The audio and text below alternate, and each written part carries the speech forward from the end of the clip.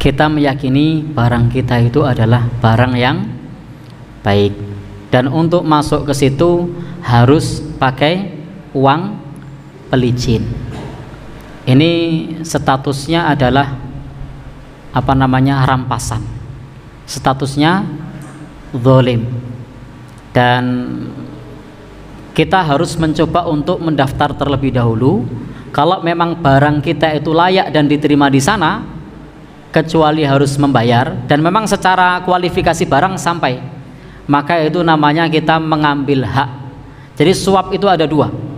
Imam Ibnu Hazm menyebutkan suap itu ada dua. Yang pertama adalah suap untuk merampas hak, ini tidak boleh.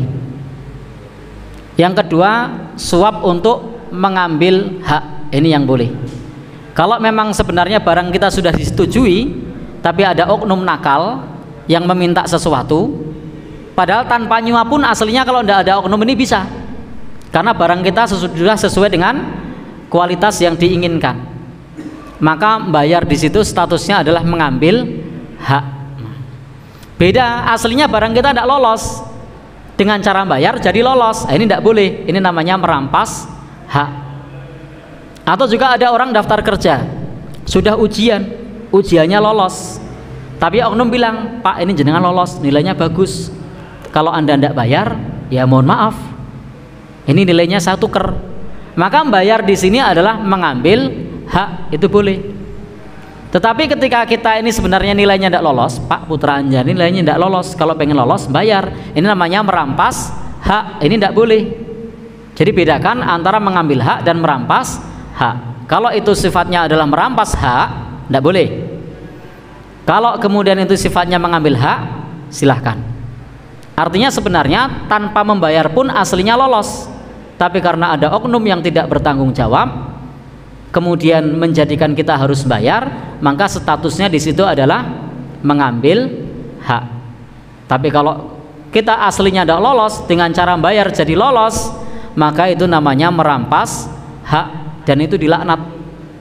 Tidak hanya dilaknat, ar-rashi wal murtashi finnar, pemberi suap dan penerima suap di neraka. Dalam hadis lain, la'anallahu rashi wal murtashi war raishi, Allah melaknat pemberi suap, perantara suap, penerima suap. Kecuali tadi untuk mengambil hak, itu beda dengan merampas hak. Bisa dipahami? Wallahu alam bishawab.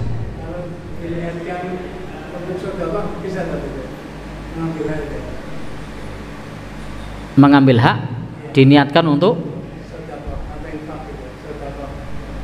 ya tetap tidak bisa. Ya statusnya itu kita kan tetap terpaksa, Pak. Jadi